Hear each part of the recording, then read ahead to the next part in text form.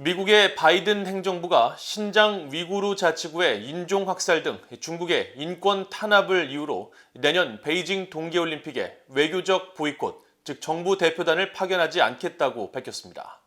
한국 등 다른 나라들의 동참 여부가 주목되는 가운데 조 바이든 대통령은 이번 주 민주주의 화상 정상회의를 개최합니다. 첫 소식 박형주 기자가 보도합니다. 미국 백악관이 베이징 동계올림픽의 외교적 보이콧 방침을 공식화했습니다. 젠사키 백악관 대변인은 6일 정례 브리핑에서 오는 2월 중국 베이징 동계올림픽에 미국이 불참할 것이냐는 질문을 받고 신장 위구르 자치구의 인종학살 등 중국의 인권침해 문제를 지목하며 올림픽에 정부 대표단을 파견하지 않을 것이라고 밝혔습니다. The Biden administration will not send any diplomatic or official representation to the Beijing 2022 Winter Olympics and Paralympic Games, given the PRC's ongoing genocide and crimes against humanity in Xinjiang and other human rights abuses. 사키 대변인은 그러나 올림픽에 출전하는 미국 선수단에 대해서는 전폭적인 지지와 100% 응원을 보낸다며 선수단 파견은 허용된다고 밝혔습니다. 미국 정부 대표단의 불참만으로도 중국의 인권 문제에 대한 분명한 메시지를 줄 수 있다는 것입니다. I don't think that we felt it was the right step to penalize athletes who have been training, preparing for this moment, and we felt that we could send a clear message by not sending an official U.S. delegation. 이런 가운데 조 바이든 대통령은 오는 9일과 10일 민주주의 정상회의를 화상으로 개최합니다.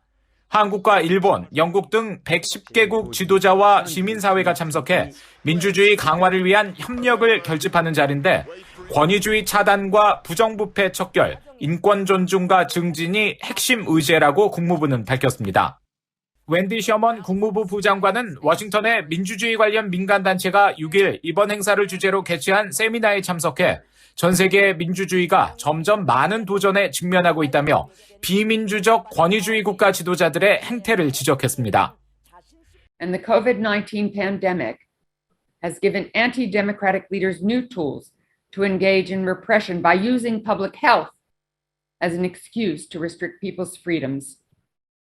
민주주의 정상회의에 대해 북한 외무성은 미국은 민주주의에 대해 논할 자격이 없는 나라라고 주장하고 중국은 민주에는 하나의 길만 있는 것이 아니라고 반박한 가운데 웬디 셔먼 부장관은 미국을 포함해 완벽한 민주주의는 없지만 건강한 민주주의에서는 불편한 진실을 외면하지 않고 스스로의 결점을 정직하게 직면하고 극복하는 것이라고 밝혀 중국이나 북한 같은 나라들의 문제점을 우회적으로 지적했습니다.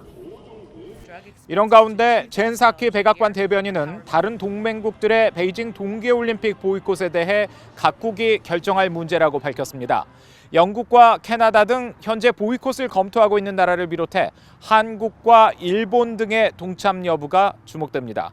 VOA 뉴스 박형주입니다.